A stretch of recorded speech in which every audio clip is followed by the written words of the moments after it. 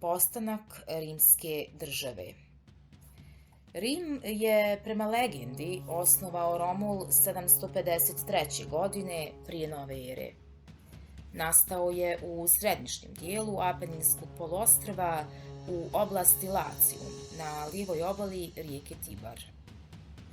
Rimska država se od grada države postepeno, ali neprekidno širila da bi na vrhuncu moći prostirala se na 3 kontinenta – Evropi, Aziji i Africi, obuhvatajući cijelo Sredozemlje. Na razvoj Rima uticali su njegovi susjedi, Grci i Etrurci. Rimska istorija se dijeli na doba kraljevstva, doba republike i doba carstva. U vrijeme kraljevstva Rimom je vladao kralj, a značajnu ulogu kao savjetodavni organ vlasti imao je i senat, vijeće staraca iz uglednih porodica. Vlast kraljeva je zbog njihove okrutnosti 509. godine prije nove ere zamijenjena republikanskim uređenjem, u kome je vlast kraljeva zamijenjena vlašću dvojice konzula. Konzuli su birani na godinu dana. U prvom periodu rimske istorije senat ima značajnu ulogu u upravljanju državom. Društvo Starog Rima bilo je robovlasničko.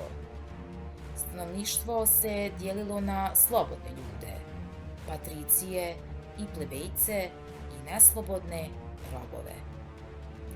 Patriciji su bili zemljoposjednici plemenitog porijekla, a plebejci običan narod, odnosno trgovci, zanatlije i seljaci.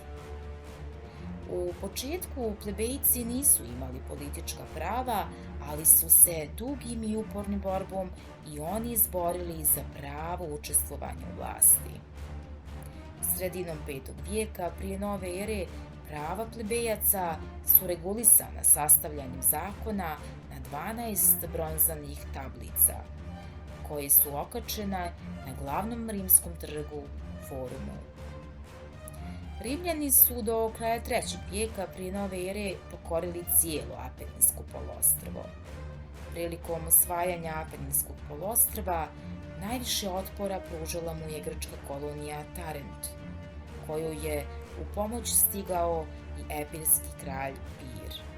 I pored Pirove pomoći, Tarent je pokoren.